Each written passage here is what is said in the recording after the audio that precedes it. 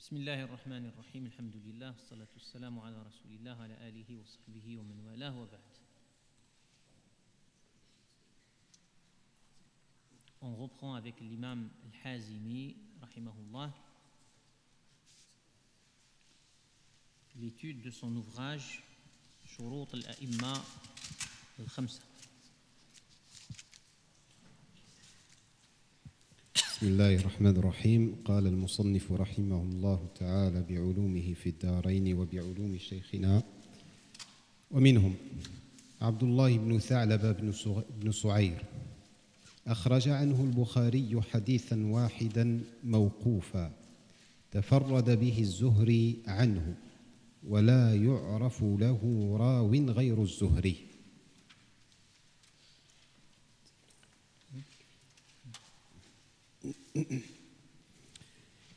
Il y a aussi Abdullah ibn Tha'laba ibn Su'ayr. Al-Bukhari n'a recueilli qu'un seul hadith qui est au demeurant arrêté, mawqouf. Seul Az-Zuhri le transmet de lui et on ne lui connaît aucun autre transmetteur qu'Az-Zuhri.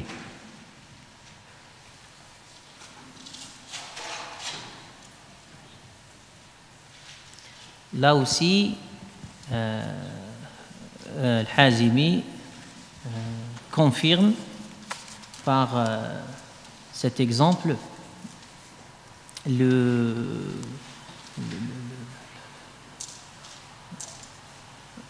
fait que Bukhari et Muslim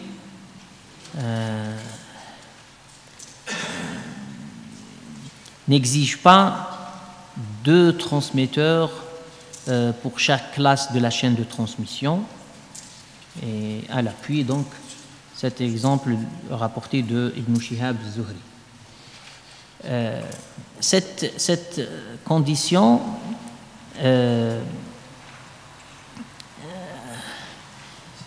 a permis, on va dire, et ces discussions ont permis, parmi d'autres causes, mais de distinguer une catégorie dans le hadith qu'on appelle l'aziz, au niveau de la terminologie des savants. L'aziz, c'est-à-dire le hadith rare et fort, car le mot aziz en langue arabe veut dire ce qui est rare, et il peut dire aussi ce qui est fort, ce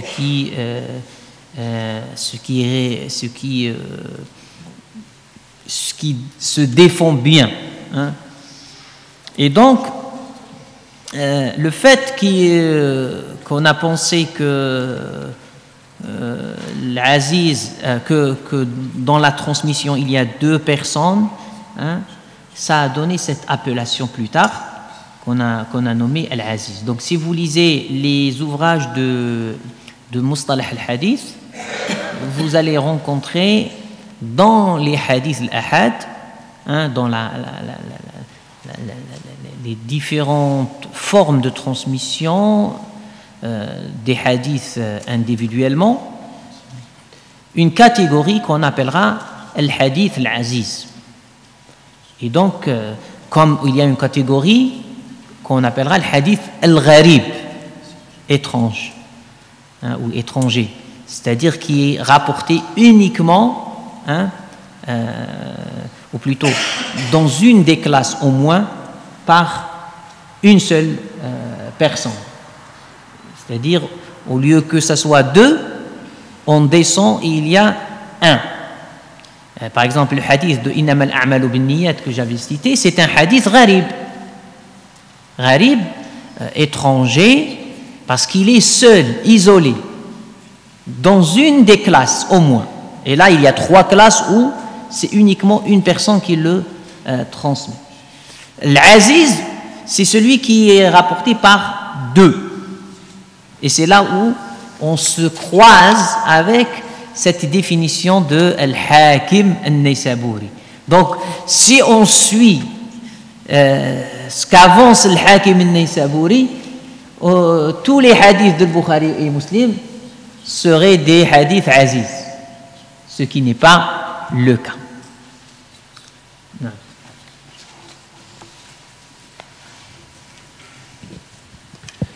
ومنهم سنين أبو جميلة السلمي من أنفسهم أخرج البخاري عنه طرفا من حديث ولم يروي عنه غير الزهري من وجه يصح مثله. Il y a aussi Sunayn, Abu Jamila al-Sulami, parmi les plus valeureux d'entre eux. Al-Bukhari a rapporté de lui une partie d'un hadith. Aucun autre que Zuhri n'a transmis de lui avec une voix authentique identique à la sienne.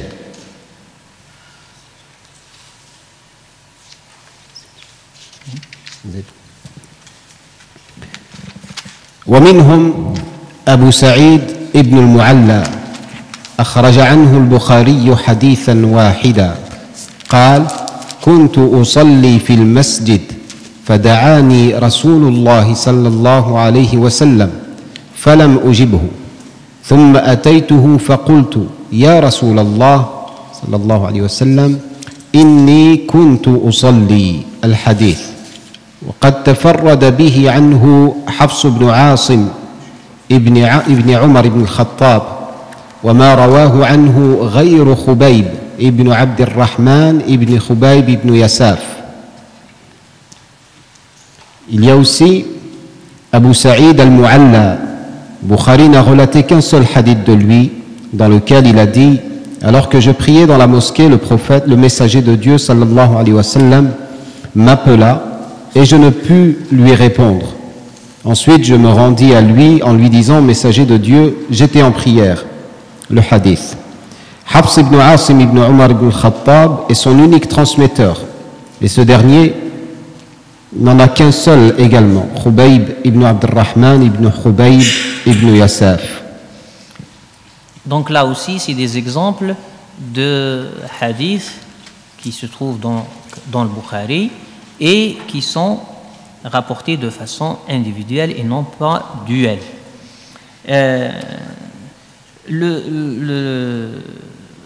Abu Sa'id ibn al-Mu'alla, qui est évoqué dans le dernier exemple là, cité, est un exemple intéressant d'une remarque technique dans les sciences du hadith. Abu Sa'id ibn al-Mu'alla, il est cité ici par sa kunya et son nasab. Abu Sa'id, c'est la kunya. Le kunya, c'est dans les appellations arabes, on dit Abu et on cite un prénom, c'est-à-dire le père de. Même s'il n'a pas d'enfant, on peut utiliser cela. Hein? Par exemple, Ali ibn Abi Talib radiyallahu anhu était connu par la kunya de Abu Turab, alors qu'il n'a pas d'enfant qui s'appelle Turab. Hein? Et donc, Omar ibn Khattab était connu pour Abu Hafs. Hein?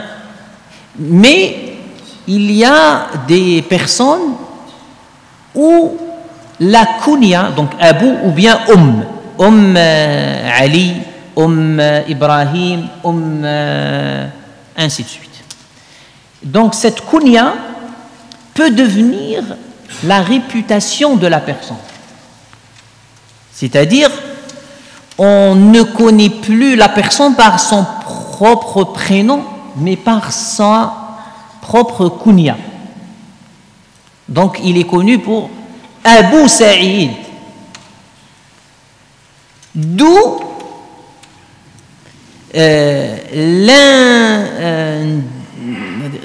l'imprécision du prénom.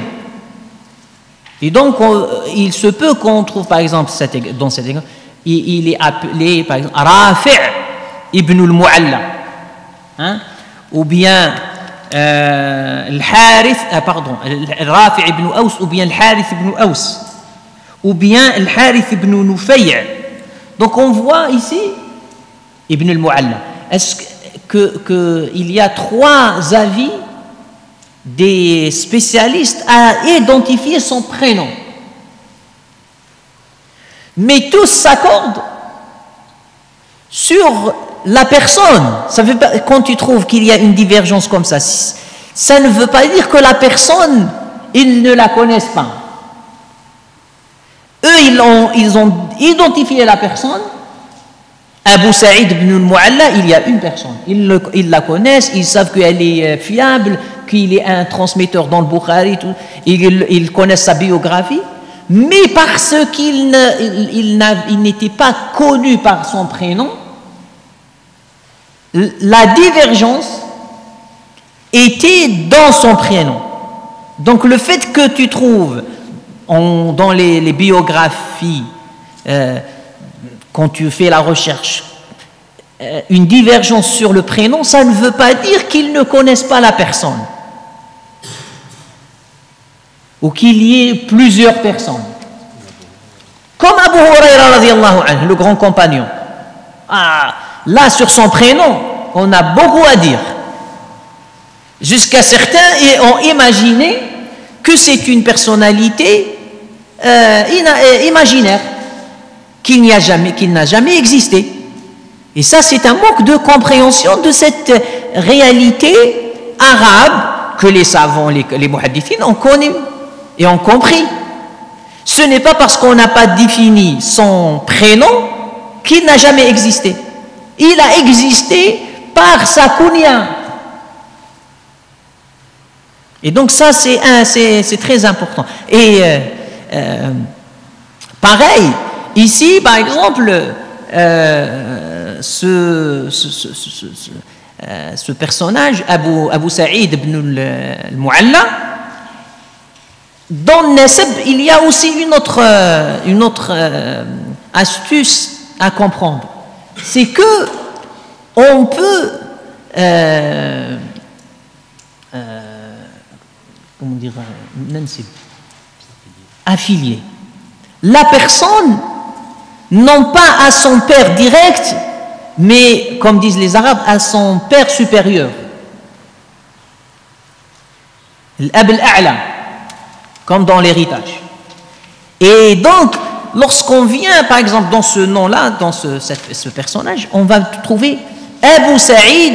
Quelqu'un il va dire Abu Saïd, il s'appelait Al-Harith ibn Nufay'. Toi tu dis mais c'est une autre personne. Non, Ibn Nufay' ibn al-Mu'alla. Et c'est-à-dire ceux qui ont dit Abu Saïd ibn al-Mu'alla, ils l'ont affilié à son grand-père, comme l'imam Ahmed ibn Hanbal. Vous connaissez Ahmed ibn Hanbal? Hanbal, c'est pas le père de Ahmed, c'est le grand-père de Ahmed. Hein? Comme Ibn Taymiyyah, pareil. Ahmed ibn Taymiyyah, c'est pas son père. Et ça, c'était fréquent chez les Arabes.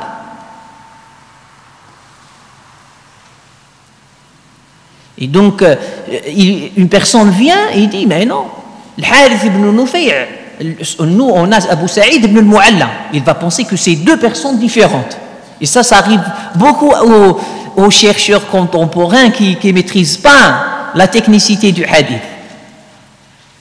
Et ils vont comprendre. Alors que non. Al-Harith ibn Nufay' ibn al-Mu'alla, c'est lui Abu Saïd ibn al-Mu'alla. Un vrai muhaddith, il ne confond pas ça. Et c'est là où il est important de comprendre la culture arabe dans les appellations.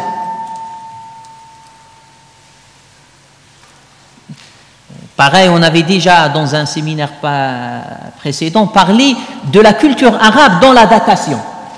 Lorsqu'on ne comprend pas ces aspects culturels et d'usage, on risque de faire des graves erreurs. d'interprétation et de jugement.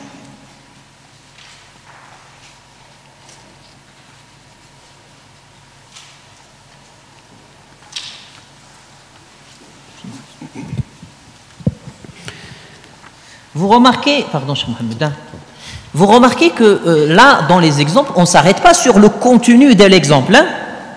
Ça, c'est exprès. Parce qu'un muhaddith, c'est pas sa préoccupation. Le contenu du texte, c'est pas ça. C'est la véracité du texte qui l'intéresse. La compréhension, ça c'est autre chose.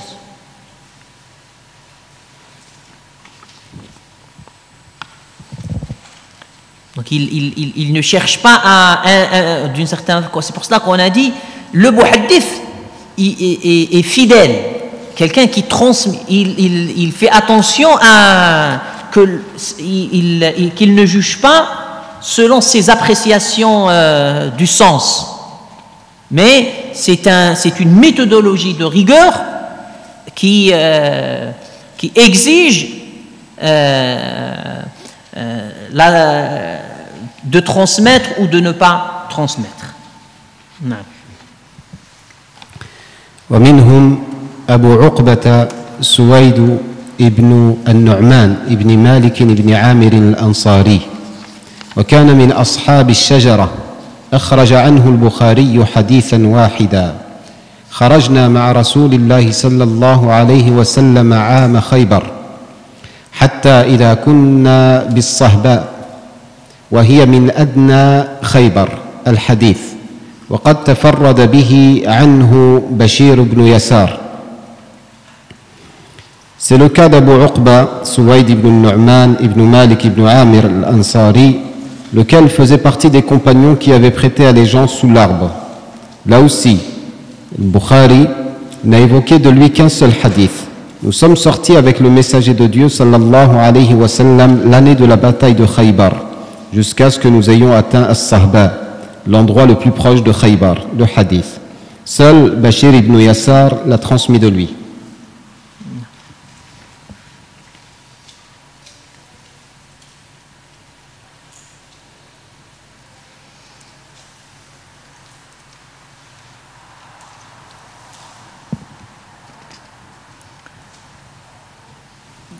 Dans la présentation de cet exemple, Al-Hazimi, rahimahullah,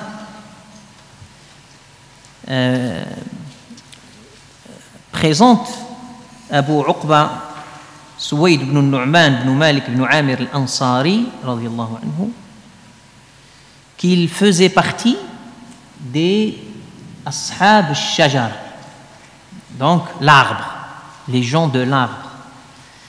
C'est-à-dire ceux qui étaient venus faire l'allégeance au prophète sallallahu alayhi wa sallam sous l'arbre. Donc il renvoie au verset coranique. Inna alladhina yubayi'unaka tahta ash-shajarati. Certes, ceux qui te font allégeance sous l'arbre.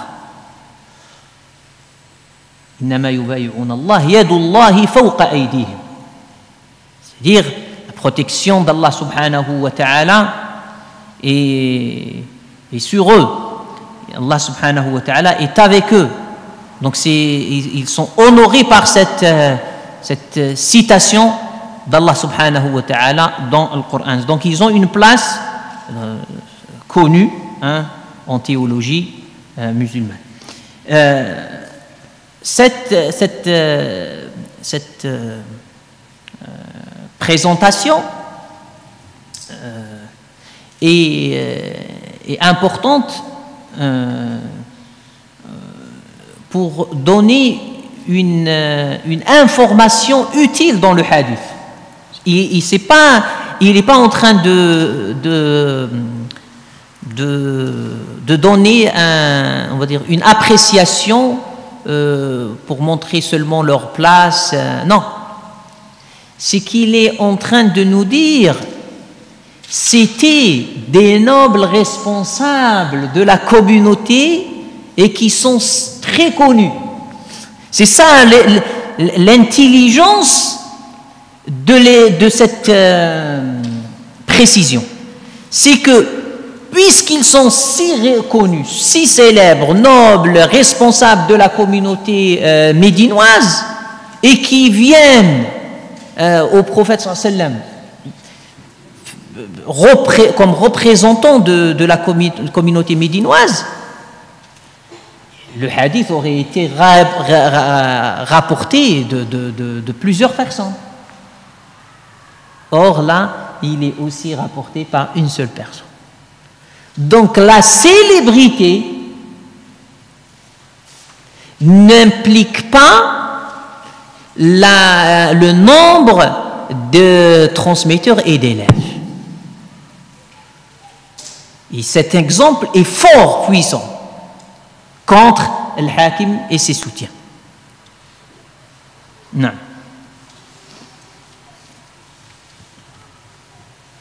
Donc le Bukhari ne rapporte qu'un seul hadith de ce compagnon. C'est-à-dire, ce n'est pas tous les compagnons qui étaient des transmetteurs. Ça, c'est important à voir aussi. Ça ne veut dire pas qu'ils ne savaient pas. Non, mais ils ne se sont pas consacrés à la transmission.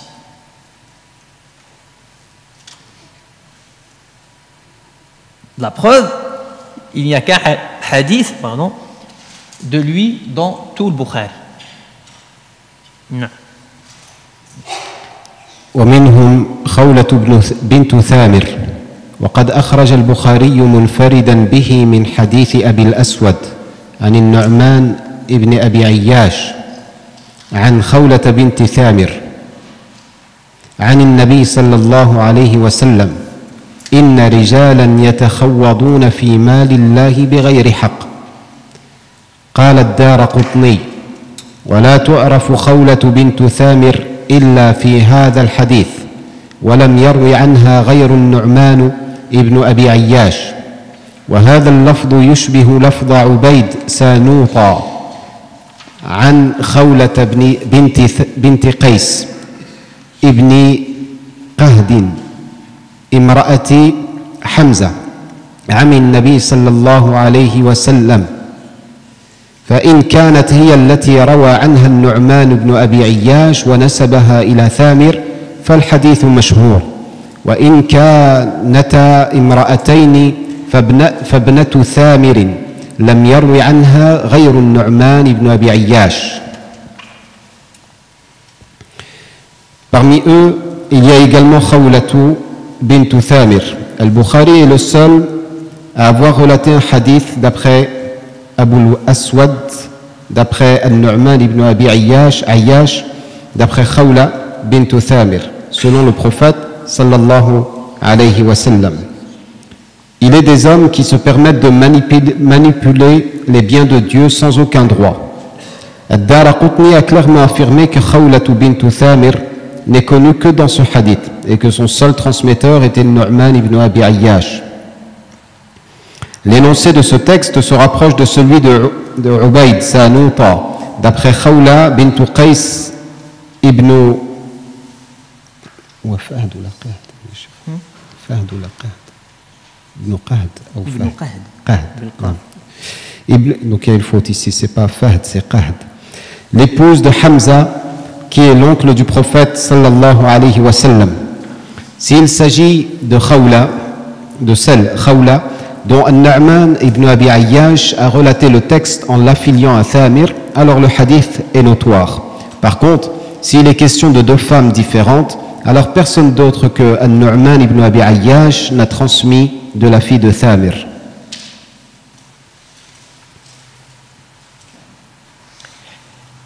L'exemple de Khawla bint Thamir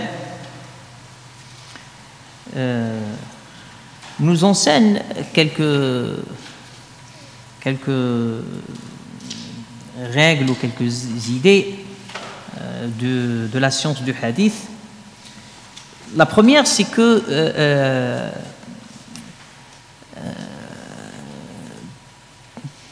peu importe qui est réellement la personne, si on est d'accord qu'elle est un compagnon du prophète sallallahu alayhi wa sallam. C'est-à-dire l'identification de la personne n'est pas importante lorsque on a su que la personne, dans tous les cas, est un compagnon du prophète sallallahu alayhi wa sallam. C'est-à-dire, je n'ai pas connu comment s'appelle cette personne qui est venue vers le prophète, qui a attesté, qui est resté un moment avec le prophète sallallahu alayhi wa sallam et qui l'a entendu parler et tout ça, elle a échangé avec le prophète sallallahu alayhi wa sallam. Moi, je l'ai vue, mais je n'ai pas su qui est, comment elle s'appelle cette personne. Donc, je n'arrive pas à l'identifier par son nom. Mais je l'identifie physiquement. C'est-à-dire, je l'ai vu, je l'ai rencontré. Et je sais que cette personne a cru en la personne du prophète sallallahu alayhi wa sallam, a échangé avec le prophète sallallahu alayhi wa sallam, et donc elle va transmettre quelque chose. Quand elle transmet cette chose, cette personne est fiable parce que c'est un compagnon. Bien que moi, je n'ai pas eu le privilège d'identifier son prénom, son nom, sa tribu et autres. Mais je sais que c'est un compagnon du prophète sallallahu alayhi wa sallam. Et il y a des personnes qui sont connues de cette façon, comme étant des compagnons du prophète sallallahu alayhi wa sallam, parce qu'il est venu une fois, on l'a vu, donc on l'a identifié. Et celui qui va nous dire qu'il a appris de telle personne, c'est quelqu'un de sûr, de fiable. C'est-à-dire quelqu'un qui est un savant parmi les successeurs des compagnons du prophète sallallahu alayhi wa sallam, et qui va nous dire, j'ai entendu tel, je pense qu'elle s'appelle Khawla bint Thamir. Il n'est pas sûr. Mais il est sûr que c'est un compagnon. Donc il est fiable. Donc quand il rapporte, les muhaddithines acceptent ce hadith. Non pas en manque de vigilance ou de rigueur ou de connaissance, que la personne n'est pas identifiée personnellement par prénom et nom, comme on l'a dit, pareil pour Abu Hurayra radiyallahu anhu, la divergence sur son prénom est immense. Mais tout le monde s'accorde que c'est un compagnon du prophète sallallahu alayhi wa sallam. On ne doute pas. Puisqu'il est compagnon du prophète sallallahu alayhi wa sallam, il est accepté dans sa transmission. Donc quand il transmet quelque chose, c'est-à-dire il est fiable, il ne ment pas sur le prophète sallallahu alayhi wa sallam.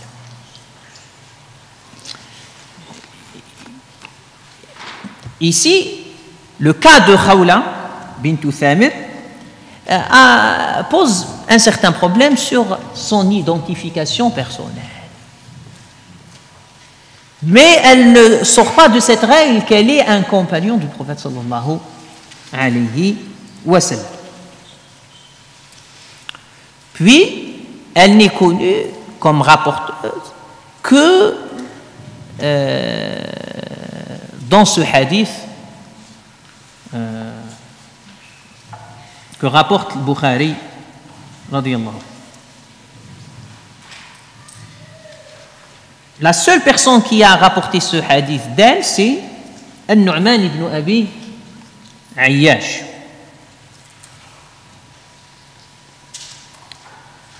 Et donc, il est rapporté individuellement, ce qui refute la thèse de Al-Hakim et ses soutiens. Il dit وهذا اللفظ يشبه لفظ عبيد سنوطا عن خولة بنت قيس بن فهد وبن قهد pardon امرأة حمزة عم النبي صلى الله عليه وسلم. Et donc il dit mais l'expression, comment il est, le style de parler, il ressemble à quelqu'un qu'on a bien identifié personnellement. Bien que Khawla ibn Thamir, de laquelle rapporte Nu'man ibn Abi Ayyash, n'est pas certainement, de façon certaine, identifiée personnellement, mais elle est identifiée comme compagnon, le style du parler nous rappelle quelqu'un qu'on connaît bien et qu'on a identifié non pas seulement comme compagnon, mais on a identifié personnellement, physiquement, tout, on a tout sur elle. C'est une autre personne qui s'appelle aussi Khawla, qui est Khawla bint Qais ibn Qahd. Celle-ci, on la connaît bien.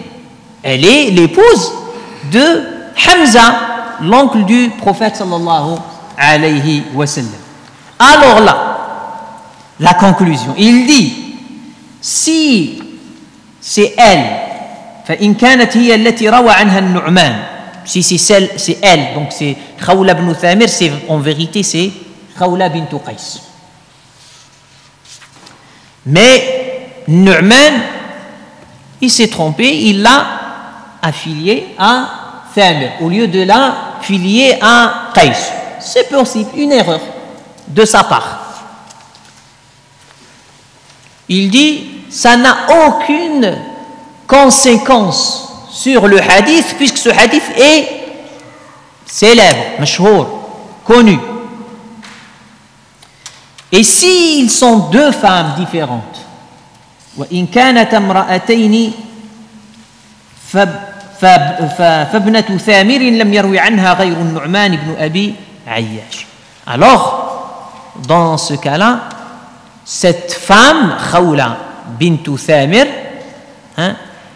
n'a de transmetteur que ce que Nu'man ibn Abi Ayyash. Ça aurait eu un impact si c'était dans une classe au-delà des compagnons. Car si on ne connaît un transmetteur que à travers une personne, là, le texte ne peut pas être authentique. C'est-à-dire, il est remis en question. Mais si la personne est un compagnon, comme je l'ai dit, il est fiable. Non.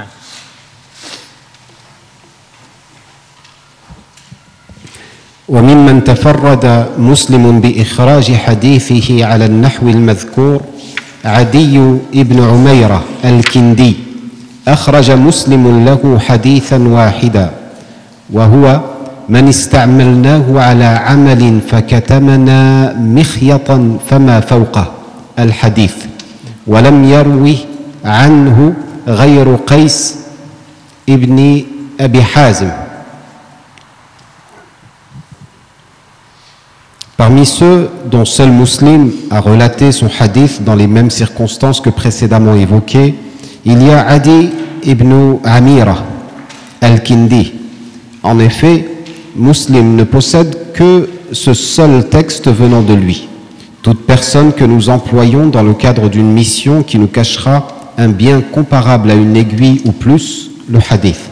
Personne d'autre que Qais ibn Abi Hazim n'a relayé un texte de sa part.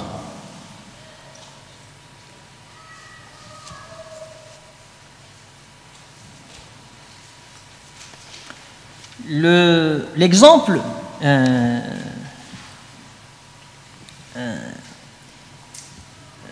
annonce les exemples qu'a trouvé, quelques exemples qu'a trouvé Al-Hazimi dans Sahih Muslim. Là, on était dans Sahih Al-Bukhari, et là, il passe dans les exemples dans Sahih Muslim qui refute la thèse de Al-Hakim Al-Naysaburi rahimahullah. Et malheureusement, ce premier exemple ne fait pas autorité. Tout simplement parce que il y a des savants qui ont démontré que ce n'est pas un hadith qui n'a pas été rapporté par deux personnes. C'est-à-dire, le Hazimi, il avance qu'il est rapporté par une personne, un tafarrad. Et donc, il dit, rahimahullah, وممن تفرد مسلم بإخراج حديثه على النحو عدي بن عميرة الكندي. Donc ce hadith de Adi ibn Amira al-Kindi, et Muslim rapporte un seul hadith de lui, et Al-Hazimi il dit il n'a qu'un seul transmetteur, c'est Qais ibn Abi Hazim. Donc s'il n'a que Qais ibn Abi Hazim, donc la règle qu'a voulu instaurer Al-Hakim et ses soutiens ne tient pas la route.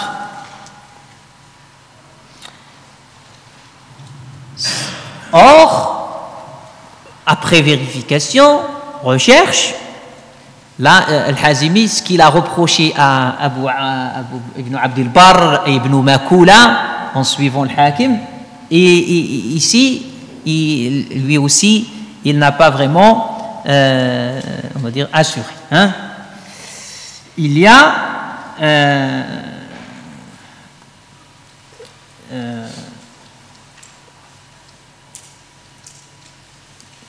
le frère de Qais, donc ce Qais ibn Abi Hazim, a un frère qui s'appelle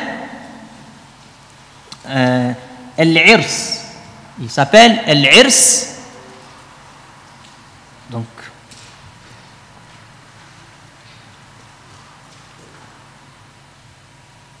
pardon, le frère de Adi, j'ai dit ibn Abi Hazim, Adi ibn Amira, il a un frère qui s'appelle Al-Irs ibn Amira. Il a transmis lui aussi donc de son frère Adi. Donc il n'y a pas que Qais ibn Abi Hazim qui transmet de la part de Adi. Il y a aussi un autre, après recherche. C'est le frère de Adi qui s'appelle Al-Irs. On trouve son hadith dans Musnad l'imam Ahmed.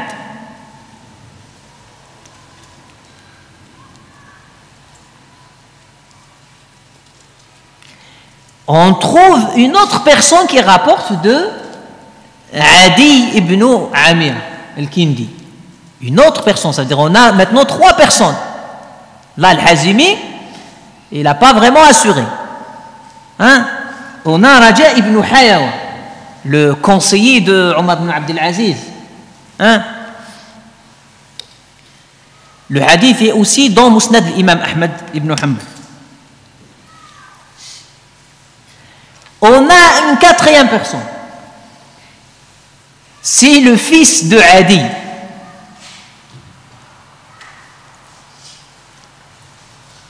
Pareil, il figure dans Musnad l'imam Ahmed. Donc là, peut-être, Al-Hazimi a négligé la recherche et la vérification dans Musnad l'imam Ahmed. Et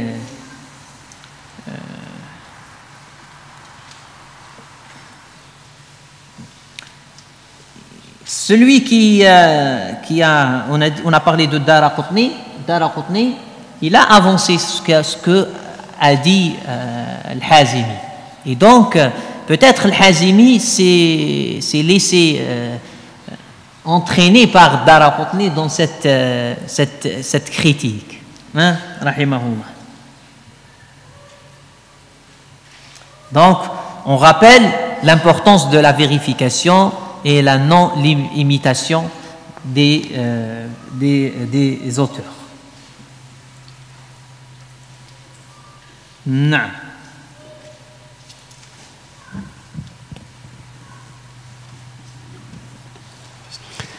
وقد ذكر الحاكم في القسم الثاني المستورد ابن شداد الفهري في مفاريد قيس بن أبي حازم، وزعم أنه لم يخرج البخاري ولا مسلم حديثه ولا حديث من كان على هذا الوزان من المفاريد. Al-Hakim a évoqué dans la seconde catégorie Al-Mustawrid ibn Shaddad al-Fihri comme étant le seul transmetteur de Qais ibn Abi Hazim. Il a par ailleurs prétendu que ni Bukhari ni Muslim n'ont relaté le texte venant de lui et qu'il n'existerait donc aucun hadith comparable à celui-ci parmi les transmetteurs isolés.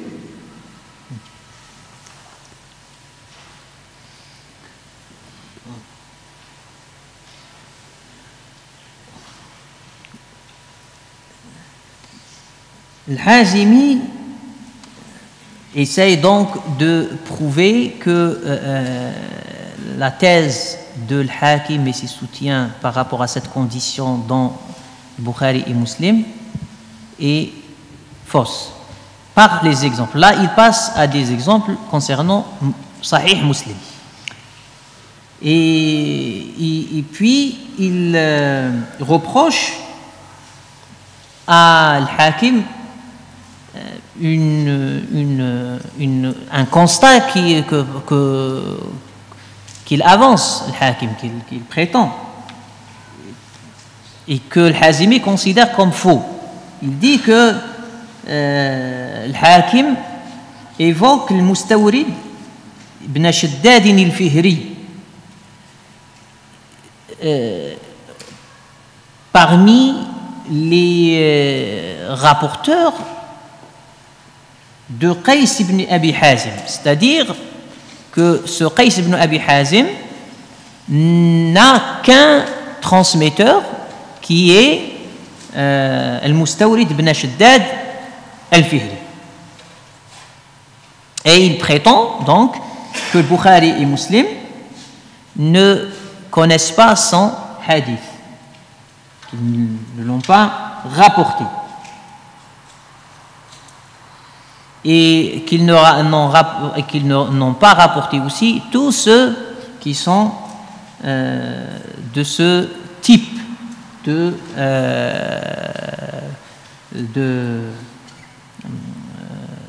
transmission. Or, c'est une autre erreur de la part de Al-Hazim.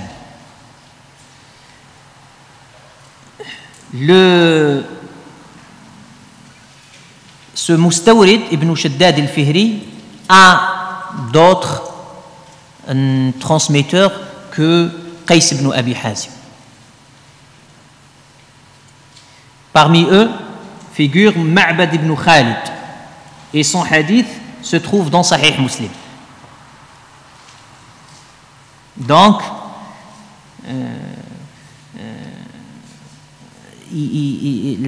la critique n'est pas fiable de Al-Hazimi. L'exemple n'est pas fiable.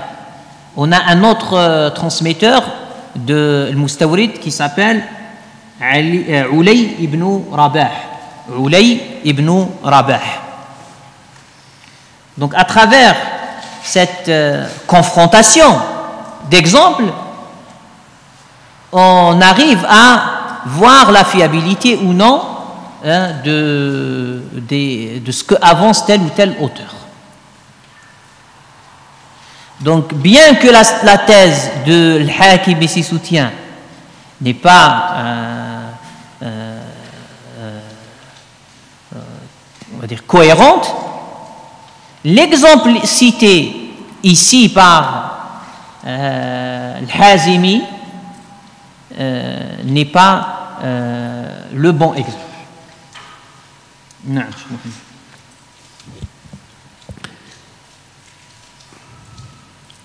وهذا مسلم ابن الحجاج قد خرج للمستورد حديثين أحدهما من رواية قيس بن أبي حازم قال قال رسول الله صلى الله عليه وسلم ما الدنيا في الآخرة إلا مثل ما يجعل أحدكم إصبعه هذه وأشار بالسبابة في اليم فلينظر بما ترجع.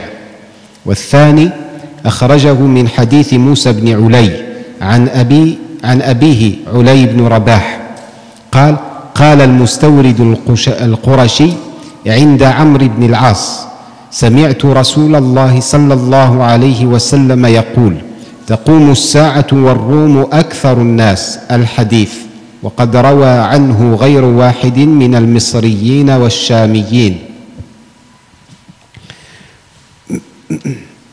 Or, voici les deux hadiths de Muslim ibn al-Hajjaj qu'il relate d'après le Mustawrid.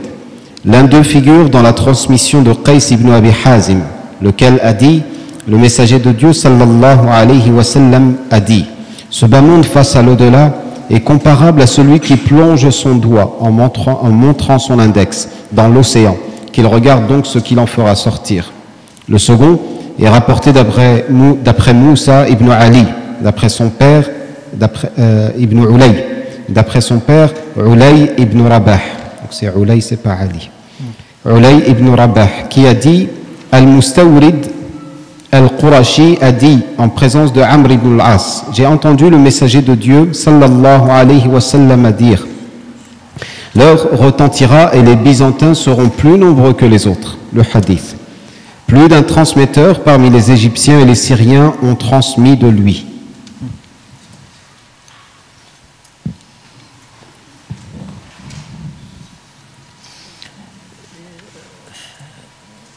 Al-Hazimi utilise ici on va dire, un style des muhaddithines qui varie les appellations, les présentations des auteurs. Hein? Avant, par exemple, parler de Al-Qushayri en parlant de Muslim. Et là, il dit Ibn al-Hajjaj, Muslim ibn al-Hajjaj. Donc, il donne des informations ou des utilisations différentes pour la même personne ou même le même auteur.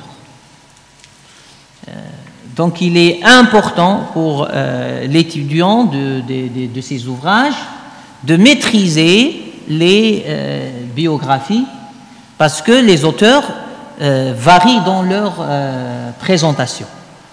Donc, pour ne pas confondre et dire c'est une autre personne, ce qui arrive à certains. Et on va le voir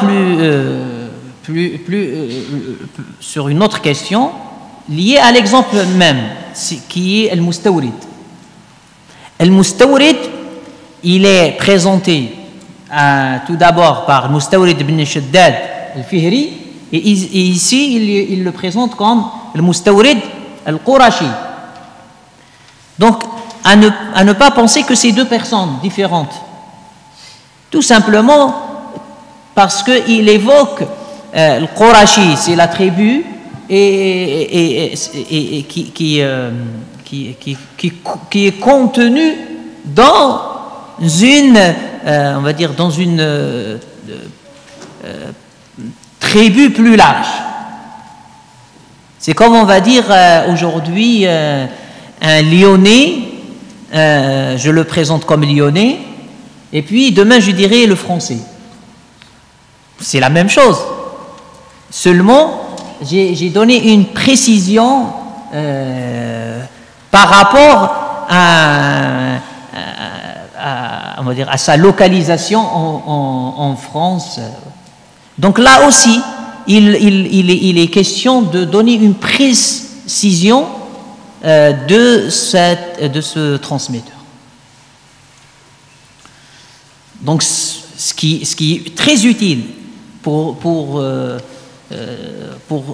dans la recherche de la personne, s'il y a d'autres personnes qui sont d'autres tribus, donc le fait qu'on sache d'où il est vraiment, ça nous permet de l'identifier. Alors, il dit que Muslim rapporte de Al-Mustawrid deux hadiths. L'un d'après Qais ibn Abi Hazim, donc il a un transmetteur qui est Qais ibn Abi Hazim, et le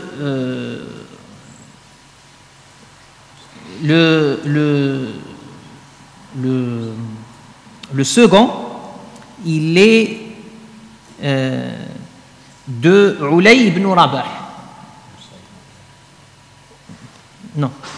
Il dit والثاني أخرجه من حديث موسى بن علي عن أبيه علي ibn Rabah. C'est Ulay ibn Rabah qui le rapporte de qui?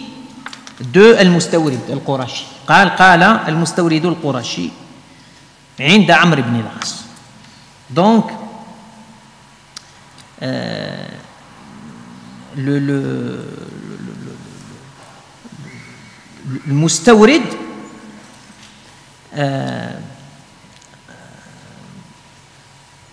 a deux transmetteurs qui sont le premier Qais ibn Abi Hazim, le second c'est Ulay ibn Rabah.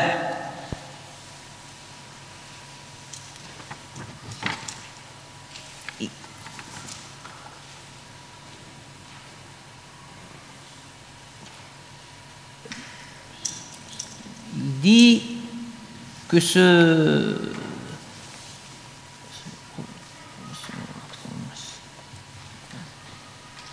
le Mustawrid a d'autres rapporteurs parmi les Égyptiens et les Chamiyin, hein, c'est-à-dire Palestine, Syrie. Hein. Et donc l'erreur de l'Hakim, c'est dans sa prétention que Al-Mustawrid n'a de transmetteur que Qais ibn Abi Hazim. Il démontre donc qu'il a un autre.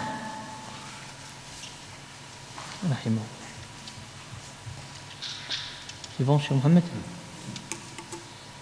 Oui.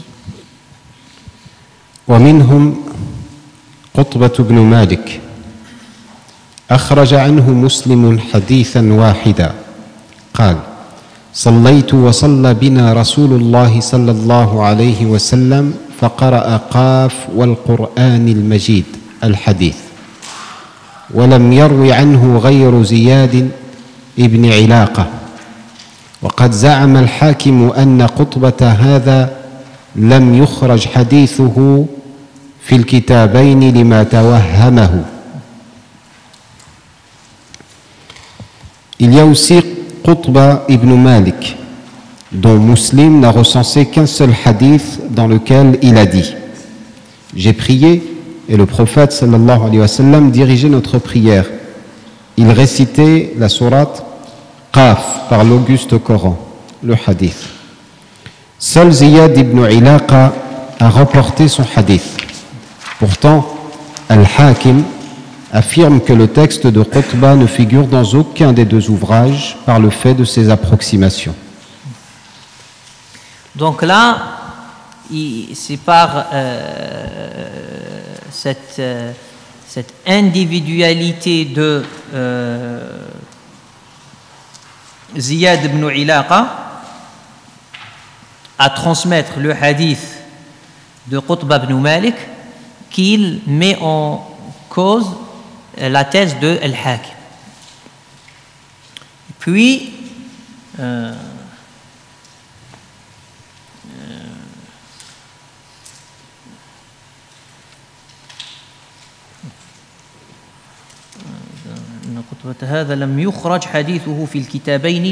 deuxième erreur, c'est que le Hakim ne parle pas que de Muslim, mais il parle de Bukhari et de Muslim. Donc, c'est-à-dire, la critique est doublée. Ce hadith est rapporté dans le salat al-subh. Hein? Non. Ça concerne salat al-subh. Bismillah.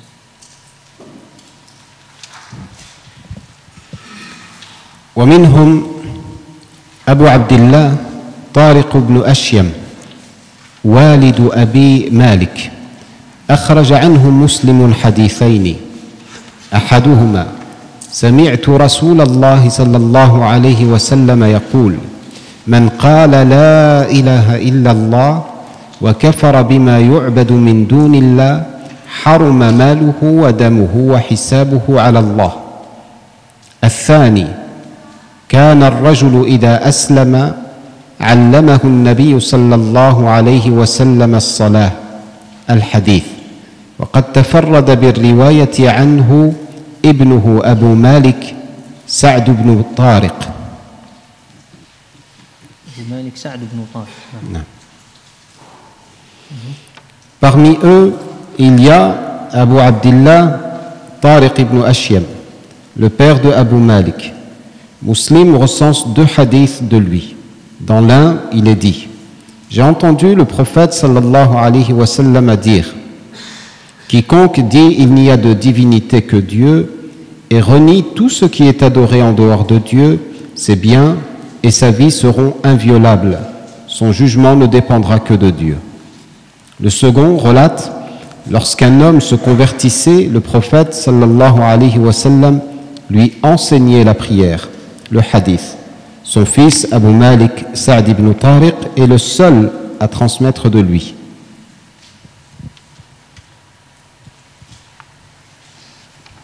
Donc cet exemple est contre le Hakim, hein, vu que Tariq ibn Ashyam n'a de transmetteur que son fils Sa'd, hein, connu sous la kunya de Abu Malik. Non.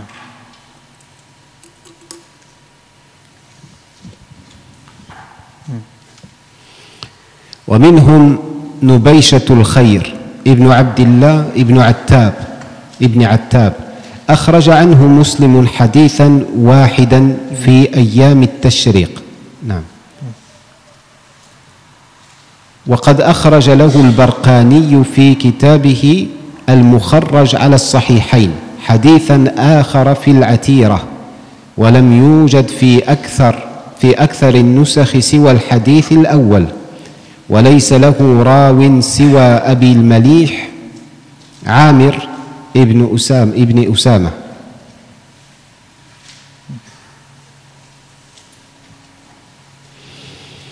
Il y a également Nubaysh al-Khayr ibn Abdillah ibn Attab. Muslim n'a relaté qu'un seul hadith sur les jours dits de Tashriq. Al-Barqani, lui, a transmis un autre hadith concernant les sacrifices de la période pré-islamique, al-Atira, dans son ouvrage Al-Mukharraj ala al-Sahihayn. Néanmoins, on ne retrouve dans la plupart des manuscrits que le premier hadith. Il n'a pas d'autre transmetteur que Abu al-Malih Amir ibn Usama.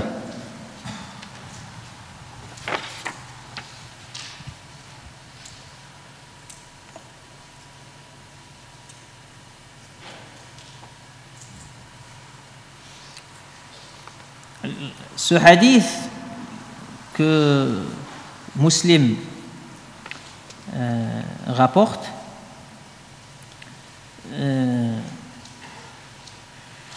d'après Nubaysha, il le rapporte uniquement à travers Abil Malih Amir ibn Usama. Donc la condition de l'Hakim n'est pas juste ici. Et il dit que أخرج له البرقاني في كتابه al-mukharraj ala as-sahihayn.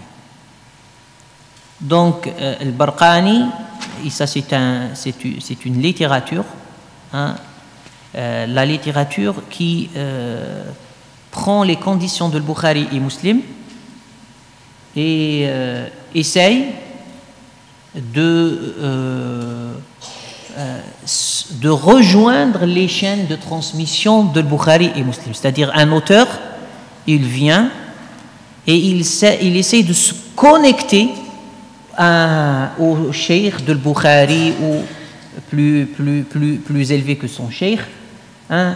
Donc pour que les chaînes de transmission se rejoignent. Et là, ça va nous permettre donc au niveau technique de voir d'autres chaînes de transmission qui vont renforcer le hadith, puisqu'il n'est pas transmis que de cette voie, de cette chaîne. Il y a une autre voie, une autre chaîne qui vient le renforcer, et chaque fois que les chaînes se multiplient, ça donne plus de force au texte, en général. Et le Hazimi, il prend ses précautions. Il dit que le Barqani, dans son ouvrage qui a comme objectif Takhrij sur les Sahihayn, il a rapporté un autre hadith dans cette question des sacrifices pré-islamiques. Mais l'étude comparée des manuscrits de l'ouvrage de Al-Barqani montre que ce hadith qu'il rapporte n'est pas dans toutes les versions, dans toutes les copies, tous les manuscrits. Donc ça lui pose problème. Donc ce n'est pas, on ne peut pas se fier à ce que rapporte le Barqani. C'est une très importante information et qui va nous servir ailleurs en vérité. Et c'est pour cela que l'étude des ouvrages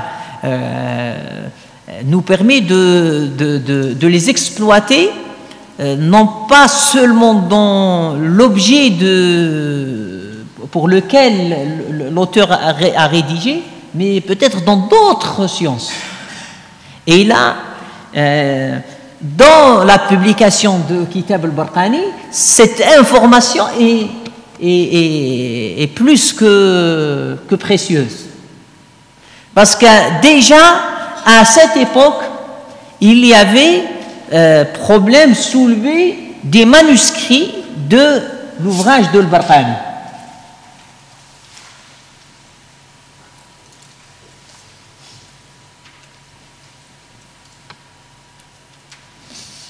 Donc, comparer les manuscrits permet de voir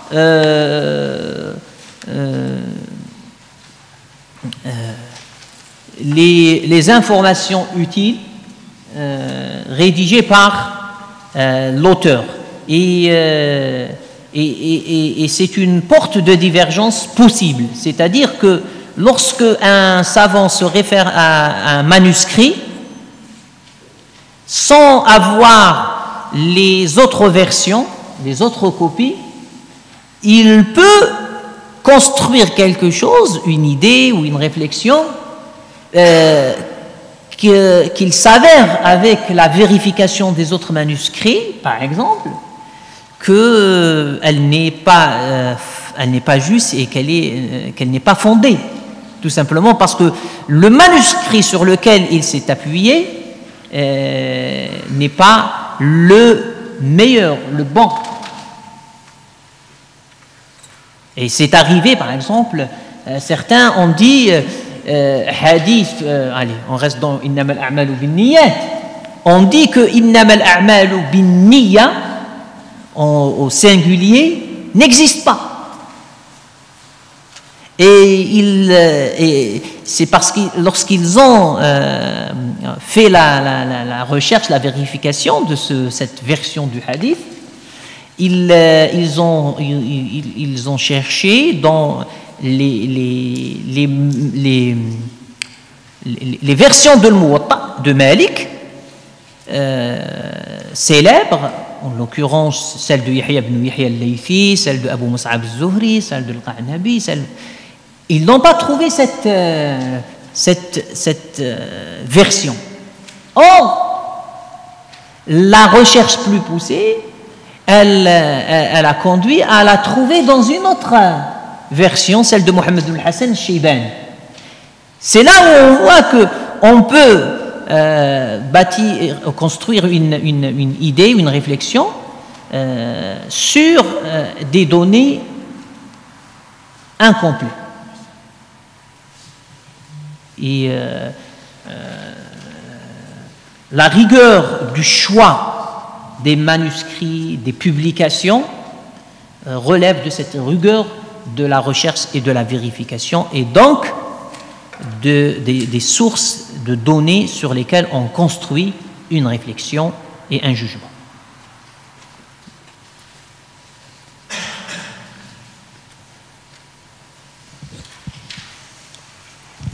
C'est pour cela d'ailleurs les bons étudiants demandent toujours à leurs chouyours, à leurs maîtres, de leur indiquer quelle est la meilleure édition avant d'acheter un ouvrage. C'est parce qu'il peut trouver un ouvrage qui a été édité plusieurs fois, surtout si c'est un ouvrage qui se vend bien. Donc les chouyours spécialistes, ils vont comparer ces manuscrits et ces éditions et choisir. Et des fois même, on laisse toutes les éditions et on ne travaille que sur un manuscrit qui n'est pas encore édité, publié, parce qu'il s'avère qu'il est plus fiable que ce qui a été édité, parce que l'éditeur, celui qui a voulu le sortir au monde numérisé par exemple, il n'a pas la maîtrise de la lecture des manuscrits, et donc il fait des erreurs. Donc on préfère travailler sur le manuscrit, donc la matière première, et mettre à l'écart toutes les publications qui circulent. Non.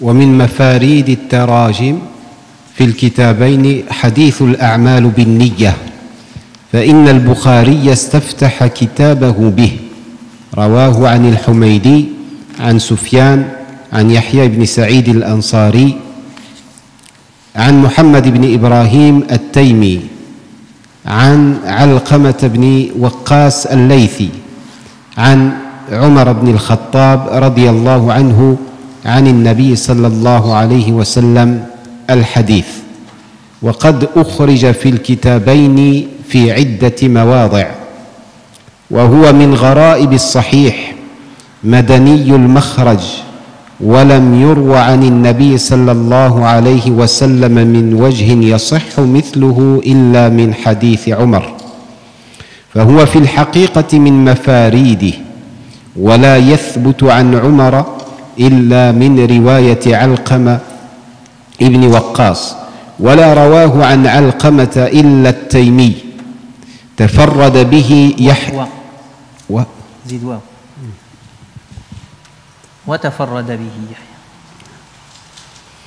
وتفرد به يحيى بن سعيد، وقد رواه عن يحيى خلق كثير. Parmi les chaînes de transmission ayant des transmetteurs singuliers, il y a le hadith. Les actions sont déterminées par l'intention. Bukhari a inauguré son... Donc au singulier. C'est important cette... Voilà. Binniyat, c'est pas binniya. Donc là, on parle du hadith. Al-Hazimi parle du hadith. Al-a'malu binniya. Donc pluriel où toi tu dis c'est pas trop grave, c'est le sens il est le même, il est clair, non. Là on parle de rigueur dans la transmission, ce qui est réellement. Non. Parmi les chaînes de transmission ayant des transmetteurs singuliers, il y a le hadith, les actions sont déterminées par l'intention. Bukhari a inauguré son ouvrage par ce texte. Donc, innamal a'malu bin niyat, au pluriel. Hein? Ça, c'est hadith al-Bukhari. Hein? Non. Le Bukhari et Muslim, le hadith, il est au pluriel. Il n'est pas au singulier. Dans le Muwatta, il est au singulier. Donc, quand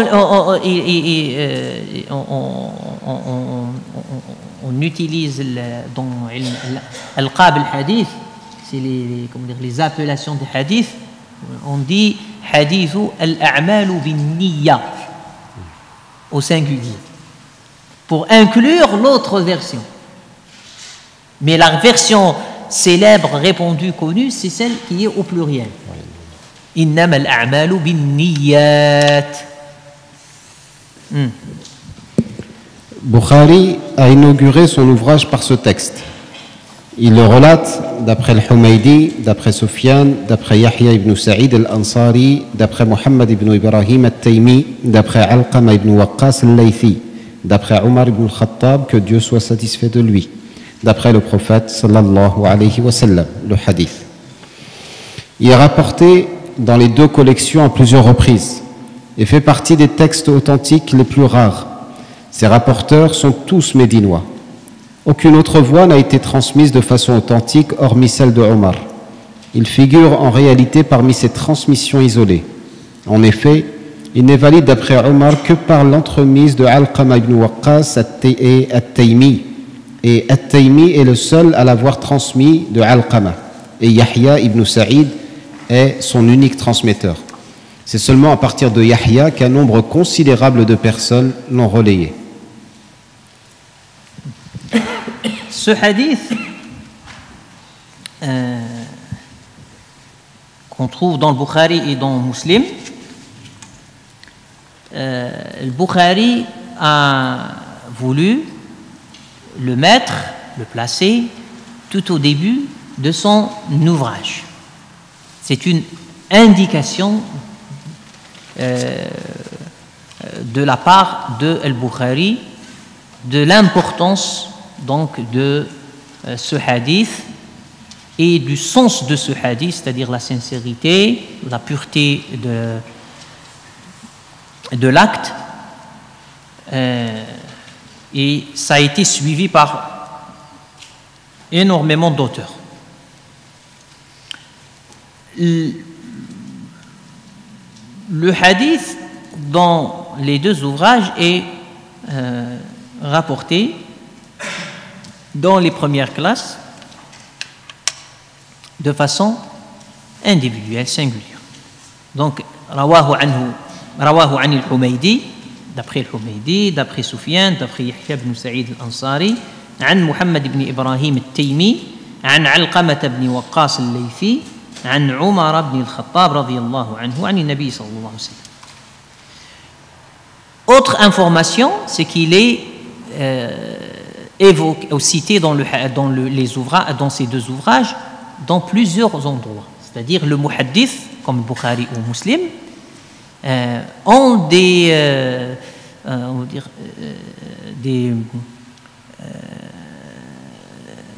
raisons, on va dire, pour citer le hadith dans plusieurs endroits. Hein? Donc on peut trouver un même, c'est ce qu'on appelle le mukarrar, hein, le répéter, c'est-à-dire un hadith qu'il répète à plusieurs endroits. Et là, c'est toute une, on va dire un savoir, à apprendre du fait de cette répétition. C'est-à-dire, le premier enseignement, c'est qu'un hadith peut être utilisé dans plusieurs sens et dans plusieurs chapitres. Ce hadith peut le trouver dans pour dire que la niya en général est importante, et après on va l'appliquer à chaque acte. On peut le citer pour parler du voyage et de la hijra, hein, migrer, comme on peut l'utiliser dans la langue arabe, la non-répétition d'une phrase, hein, ou plutôt de la réponse d'une condition, jawab shart, hein, ça peut être évoqué dans ça. Donc un seul hadith, un seul texte peut servir à plusieurs raisons. Et cet enseignement, on le comprend par cette répétition l'emploi du texte. Il est qualifié comme hadith gharib, comme on l'a déjà dit. Et ici, il dit madaniyu al-makhraj. Et là, c'est un terme technique. Al-makhraj, c'est la sortie. Hein? C'est-à-dire, le Bukhari, c'est l'entrée, mais il veut aller où? Il entre vers où? Vous voyez l'importance de comprendre les termes.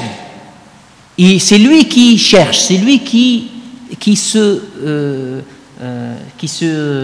rattache. Ce n'est pas le contraire. Donc lui, c'est le madkhal ou bien le matla'. C'est lui il veut aller vers, il veut entrer vers. Et la sortie, c'est quoi? C'est la parole du prophète sallallahu alayhi wa sallam. Et quel est le dernier? L'issue, c'est la porte. Hein? C'est ce compagnon, hein, qui va transmettre directement du prophète sallallahu alayhi wa sallam. Donc c'est le dernier, comment dire, de halaqa. Non, le maillon de la chaîne de transmission. C'est ça le makhraj. Donc le terme makhraj est très technique.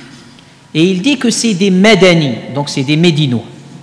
Et ça, parce que dans la science des hadiths, on a classé les hadiths selon les endroits, on va dire, des transmetteurs. On a les hadiths al-Madaniyin, on a les hadiths shamiyin, on a hadith al-Basriyin, et donc pourquoi?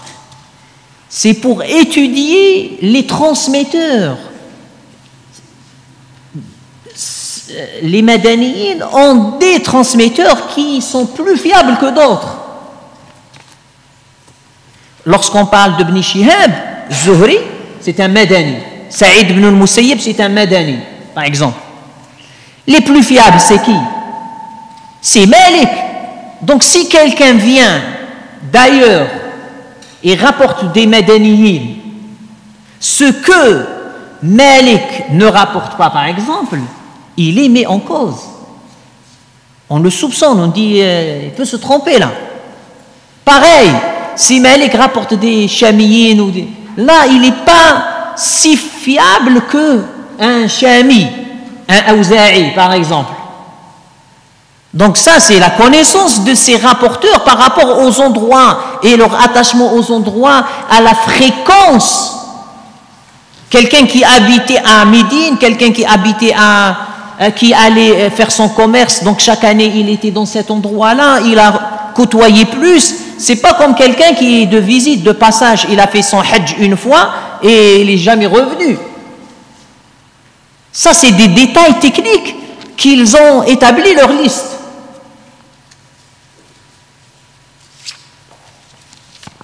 Donc, quand il dit Madani ou al-Makhraj, ce n'est pas une information comme ça sans sens. Il sait de quoi il s'agit. Alors, si c'est des Madani, là, à l'époque où il y a cette singularité, donc elle est dans le Makhraj, elle n'est pas dans Al-Matla'. Pourquoi il nous dit ça? Parce que Médina à cette époque, donc de l'Makhraj, elle était propre, elle était pure. S'il y avait les compagnons, les enfants des compagnons, elle était en général habitée par des gens qui étaient d'une certaine qualité éthique et morale. Donc le risque était moins. Par contre, si c'était au Matla' au début, là le risque aurait augmenté. Parce qu'on s'éloigne de cette époque plus saine. C'est pour cela quand il dit Madani al-Makhraj, c'est-à-dire la singularité qui figure dans cette période de l'Makhraj et non pas de l'Matla', elle s'affaiblit. Vous voyez la subtilité?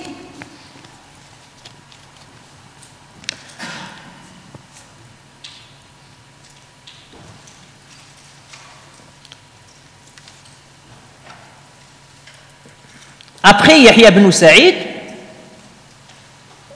plusieurs personnes, certains disent plus de 70 personnes, après ça remonte dans l'autre classe à 300 et ça monte jusqu'à 700 personnes et après c'est répandu ce hadith. Donc des centaines de personnes l'ont transmis. Mais au début, dans ces 3 ou 4 classes, il était singulier. Ce qui veut dire qu'un hadith peut prendre une ampleur à une période tardive. Cela ne changera jamais son statut chez les spécialistes. C'est pour cela que Ibn Jarir al-Tabari, le grand commentateur du Coran, a fait allusion que certains on remet en question ce hadith, l'authenticité de ce hadith, par rapport à ces premières classes qui sont singulières. Seulement, les savants critiques ne sont pas d'accord en majorité avec eux, avec ceux qui ont remis en question, parce que tous ceux qui se trouvent dans ces classes-là, les classes premières, au-delà qu'ils sont proches des bons temps et qu'ils sont dans un endroit où il n'y a pas eu, on n'a pas connu de menteurs et tout ça, eux-mêmes, personnellement, lorsqu'on a analysé leur parcours, leur biographie et tout ça, il s'avère que c'est des gens très fiables. Donc c'est ce qu'on appelle fiqat. Et donc, la question qui va se poser après, c'est le tafarrud al-thiqa, c'est-à-dire cette singularité de quelqu'un de fiable, est-ce qu'elle est acceptée ou bien elle nuit à l'authenticité du texte. La majorité des théoriciens et praticiens de la science du hadith, des critiques, acceptent la singularité de thiqa, celui qui est fiable, et là il est bien défini chez eux. Thiqa, il l'accepte à condition qu'il n'apporte pas ce que les autres thiqat rapportent contrairement à lui. C'est-à-dire, il ne rapporte pas quelque chose qui est contraire à ce qui d'autres thiqat. Et donc là, c'est la règle de la majorité qui va primer, qui va prendre le dessus. Et dans ce cas-là, il a sa propre terminologie. Il n'est plus le gharib, mais c'est le hadith shadh. C'est quoi? C'est le hadith shadh. C'est hadith isolé, égaré d'une certaine façon.